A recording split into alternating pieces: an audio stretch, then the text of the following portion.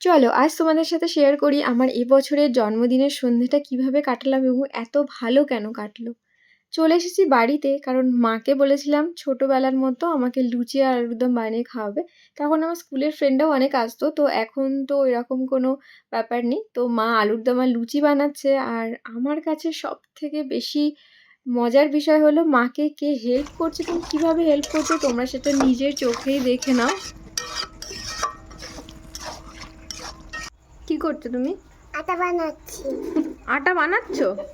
না, তাহলে রুটি বানাচ্ছি। রুটি বানাচ্ছে। এইটুকু মেয়ে, কি? এইটুকু মেয়ে, তুই এইটুকু, তোকে কে বললো? এত বড় মেয়ে।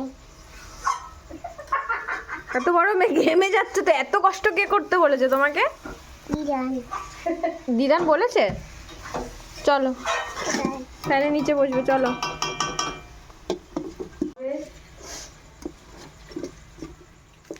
ঘরে গিয়ে তো দেখলাম যে ভাই আমার জন্য কেক নিয়ে এসেছে। এটা আমার সেকেন্ড কেক কাটা।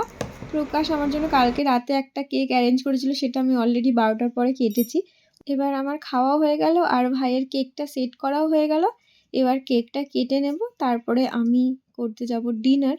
তো ছোট ভাই আসেনি, তো ও একটা কাজে আটকে যাওয়ার জন্য ওকে ছাড়াই এবার কেকটা কাট করতে হলো।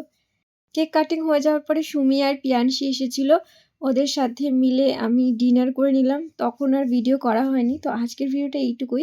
কেমন লাগলো তোমাদের নিশ্চয়ই জানিও। সবাই ভালো থেকো, সুস্থ থেকো।